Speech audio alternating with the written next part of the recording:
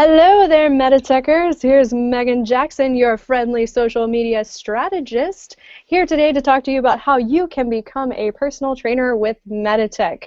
And as you can see, we have a fantabulous special guest, our instructor, Kathy Driggers, our personal trainer slash fitness instructor. And I'm actually going to talk to you a little bit about her first.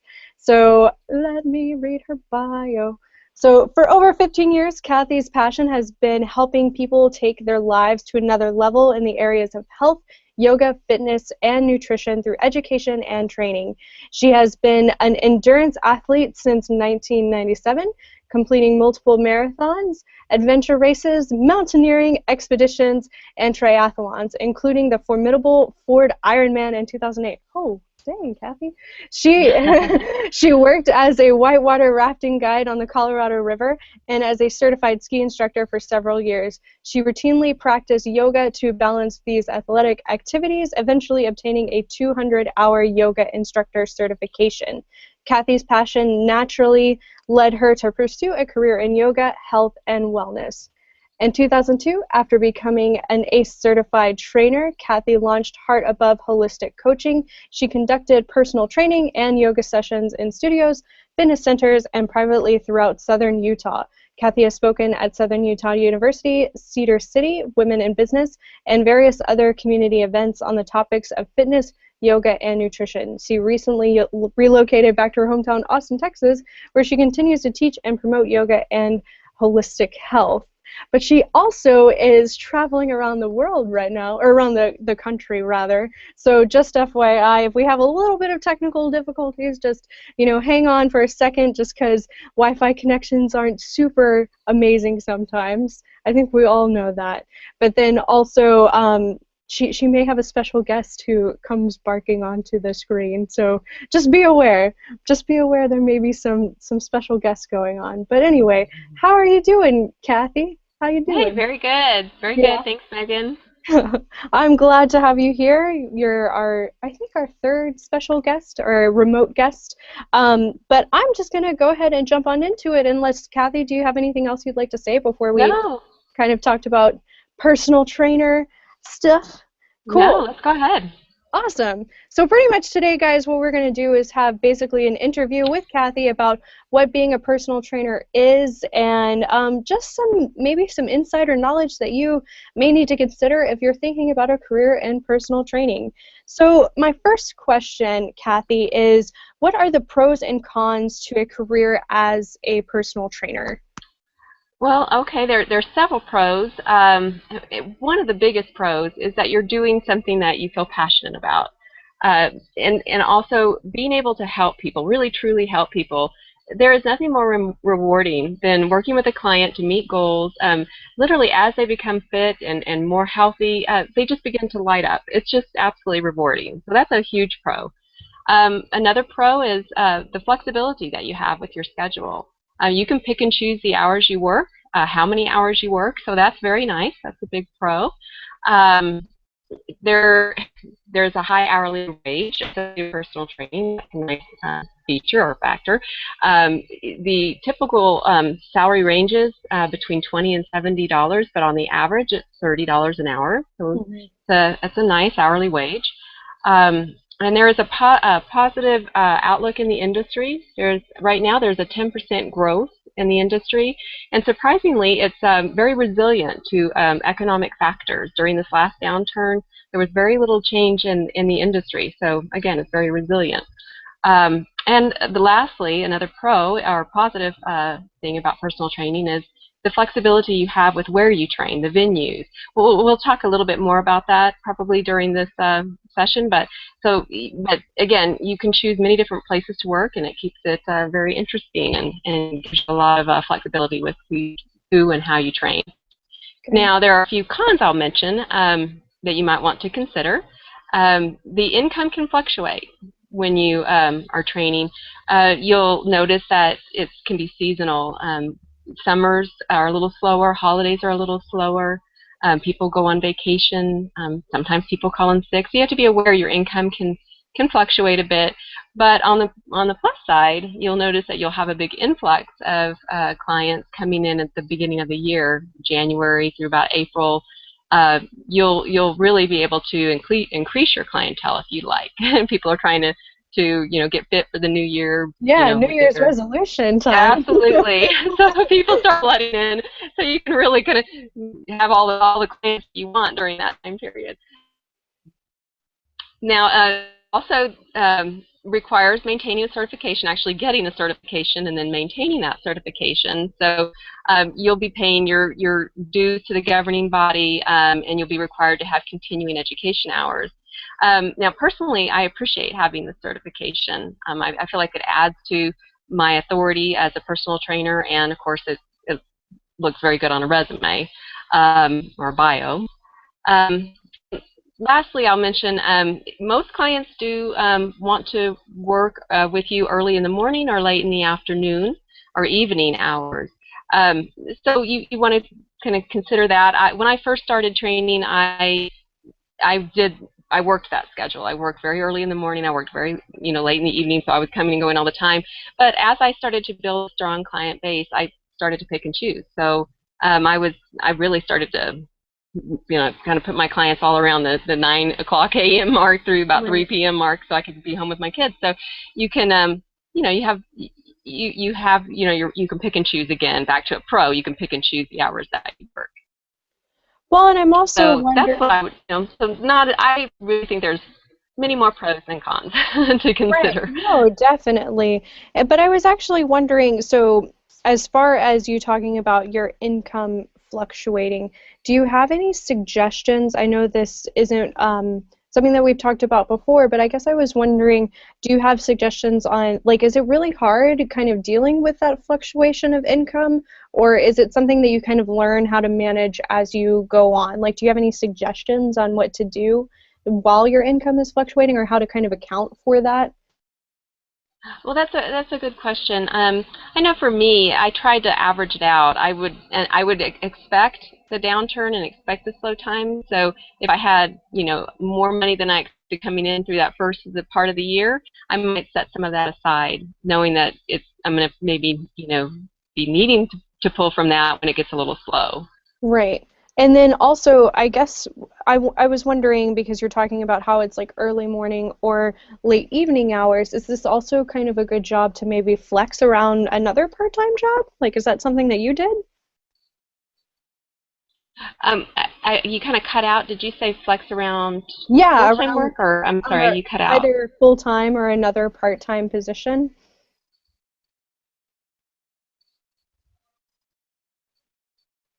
Hello? You got me? Hello?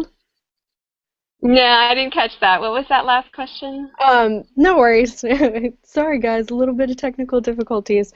But I guess I was just wondering, as far as are you able to flex personal training around another part-time position in order to kind of maybe account for that Well, that fluctuation in income?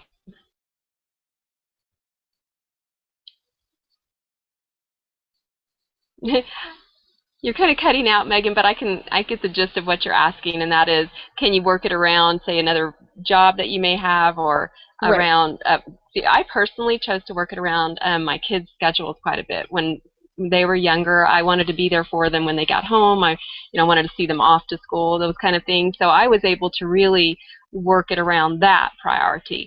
I could also see, though, that how you could have a second job, and you could do this very early in the morning or on the weekends, even late in the evenings, and still maintain another job. So yes, it could definitely be a supplement.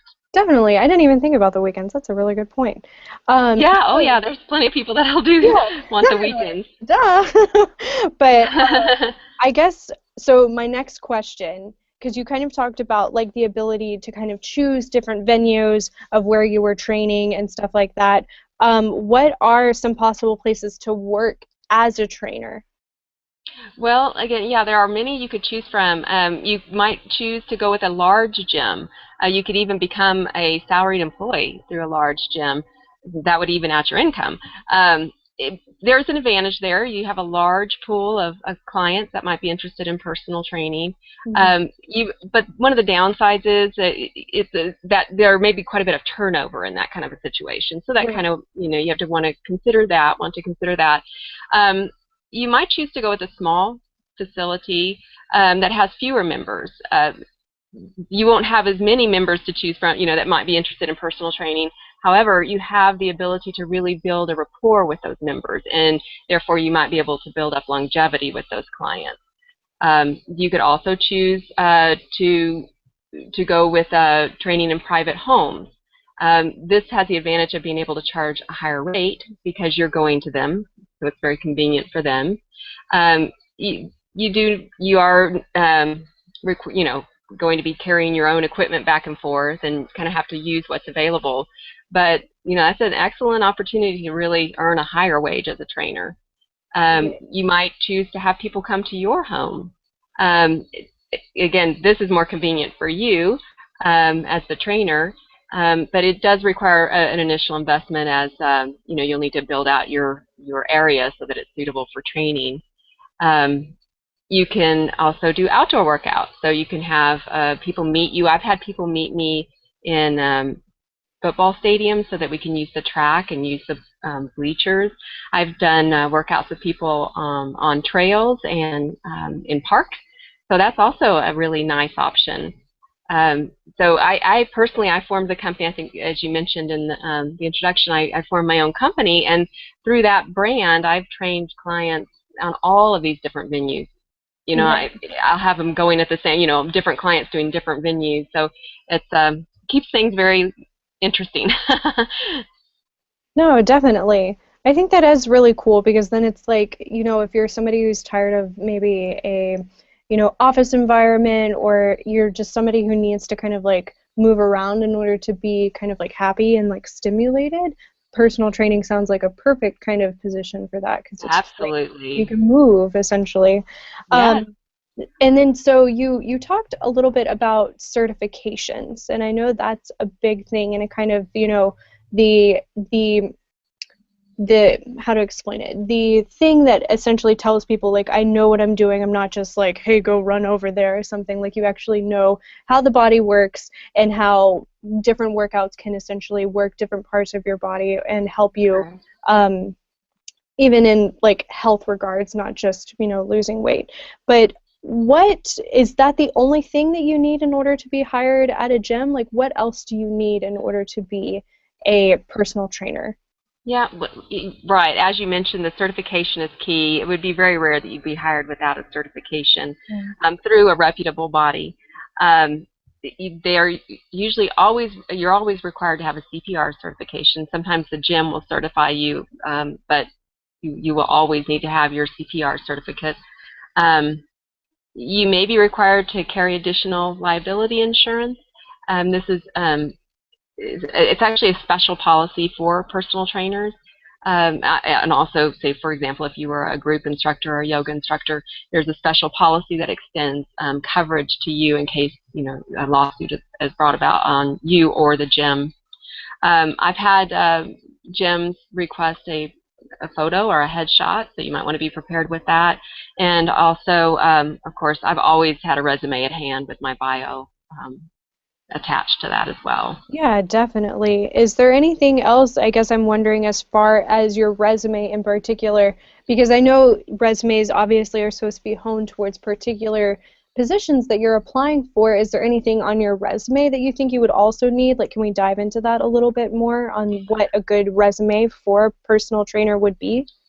Well, I think it's important to show what you've done in the past. As far as, for example, you mentioned I was an endurance athlete, so I would include my history in that area because that's sort of a niche that I would have, and so I want to let them know, that that's an area of specialty for me. So you'll want to include those kind of historical data, anything that you might have from your past that you could include to build your authority. Other than that, it would be, I think, a very typical resume format. You'd want your educational background, of course, your certifications, any Right, of additional course. certifications or trainings that you have. So I think, so very general aspects that you'd have on most all resumes as well. Right. Yeah. Just making sure that it's honed towards kind of a more athletic or personal training kind of um, Correct. angle or trajectory, I guess. Correct. So, Correct. so let's talk a little bit more about the certification portion of it. So what should you expect from different certification exams? Because I know there's the ACE and the is it ACMS or AMCS? ACMS? ACMS. ACMS. Gotcha. Uh-huh.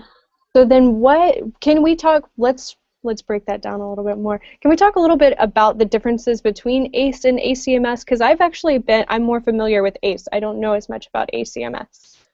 Well, they're both very reputable certifications to obtain. Um, Very highly respected, both of them. ACE, you, I would say ACSM is more specific or more clinically based.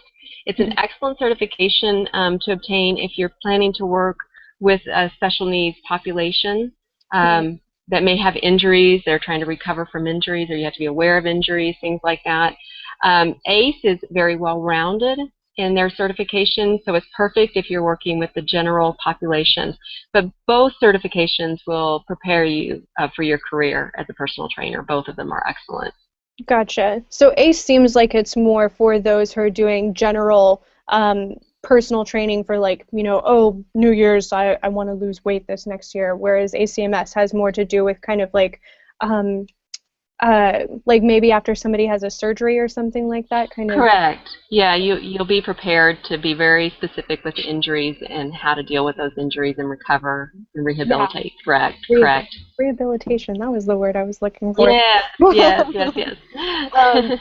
So, and it looks like, from what I know of ACE, and I'm assuming ACMS works the same way, is that you have to keep these certifications active. They actually expire after a particular amount of time? That's correct. ACE is a 2-year renewal, and ACSM is every 3 years you would renew. And that there would be a fee associated with the renewal, and at that time you need to show that you've done a certain amount of continuing education hours.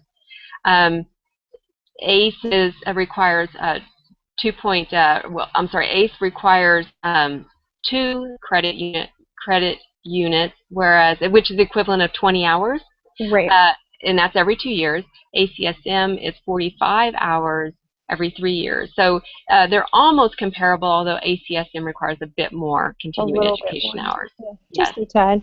So yes. then what do those exams actually entail? Like, are they the same when you, say if you do your first certification, or if you're actually getting your certification for the first time, is that the same exam as if you were wanting to renew your certification? Oh, yeah. There is actually no exam that you have to retake. Gotcha. As long as you keep renewing within their time frame, you just have to show that you have current CPR and those the continuing education hours, and you're just fine. You just continue to keep your renewal, your Gotcha. certification. Yeah.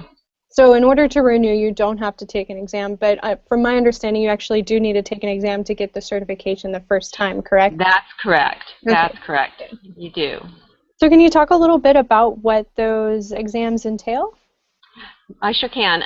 Both of them are very similar in how the exams are approached.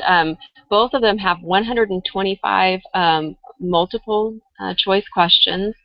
Um, with ACE, you must get 90 correct in order to pass. ACSM is very similar. Um, the the ACSM gives you 2.5 or 2.5 hours to take the exam. ACE gives you 3 hours to take the exam. You're able to schedule both these exams online, and then basically you go to a testing center. Testing centers are pretty much everywhere. And you'll take your exam online and have your results immediately, so you'll know if you passed or didn't pass. Gotcha. That's awesome. So can we talk a little bit about what the Meditec program does, or what it entails in order to help you gain this certification? Right. Now, through the Meditech programs, you can either choose the ACE certification or the ACSM. You could choose either one. Both of them not only prepare you for the exam, but actually really, really prepare you to step out and become a personal trainer, very confidently step out and become a personal trainer. But yes, both of them are geared toward preparing you for that exam so that you have a huge potential or success rate of passing that exam. Great.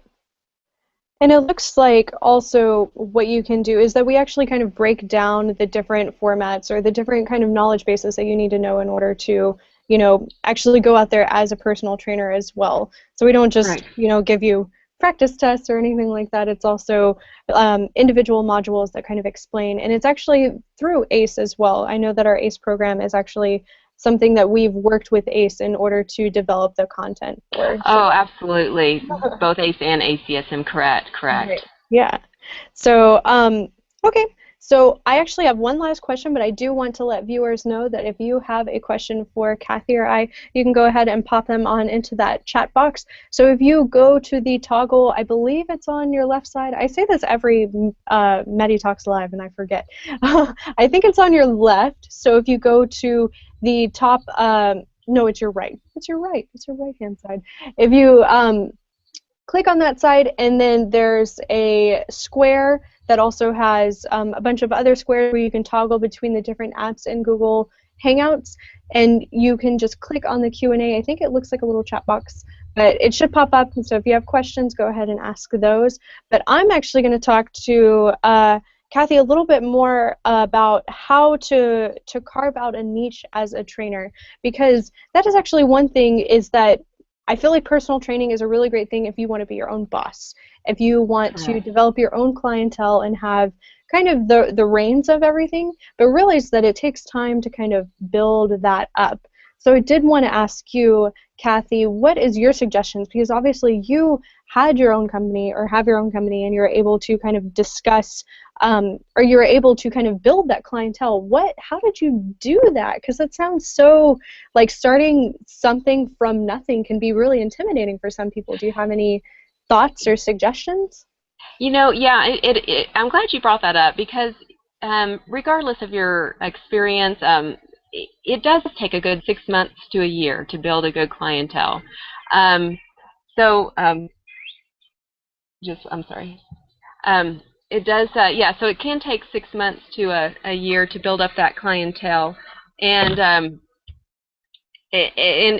but by carving out a niche, you can really start to specialize, draw a certain group of people to you, and a lot of it happens organically. You start training. I'm going to use an example. For example, being an endurance athlete, I might have started training one client to say complete a 5K race. Or 10K, I'll start really being specific in that area of how to complete a race that you may be wanting to run. And people just start to get to know that that's what you do.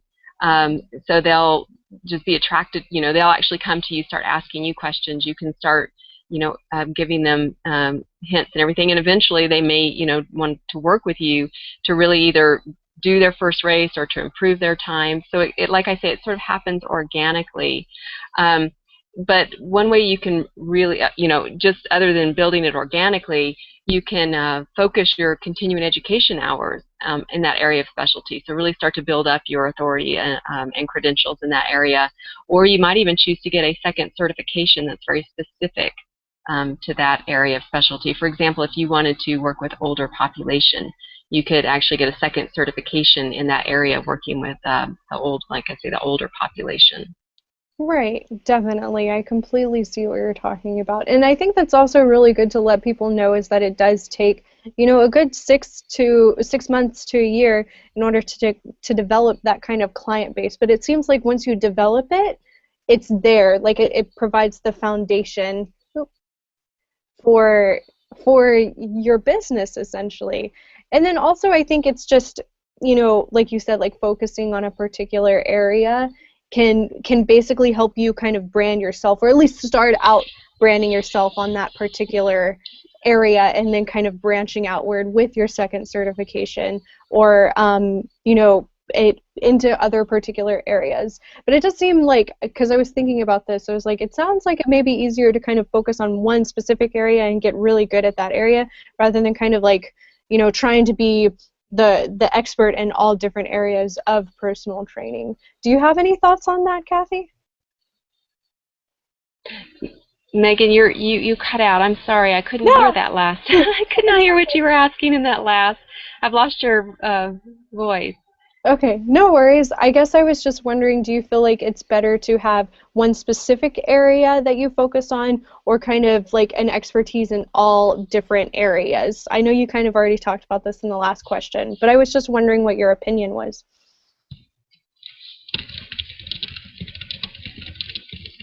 Little technical difficulties. Hold on. No worries.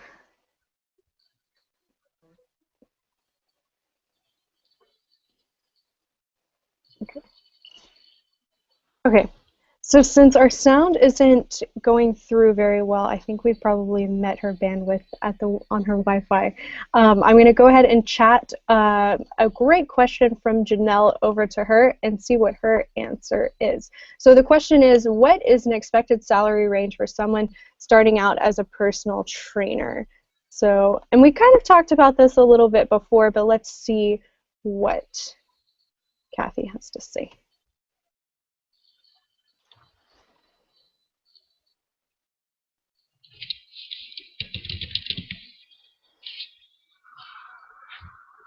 Okay, so the question I see coming through is, what is an expected salary range for someone starting out as a trainer? Let's see.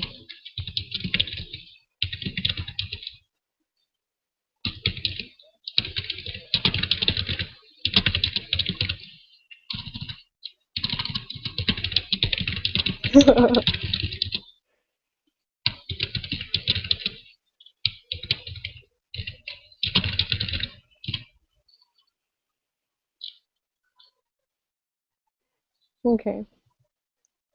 So it looks like she's Oh, saying you can hear me? yes. Okay. All right. So the average is, like I've typed it here, is an average of $30 an hour, but it can range from 20 to 70 an hour. Gotcha. Cool. So that's super awesome.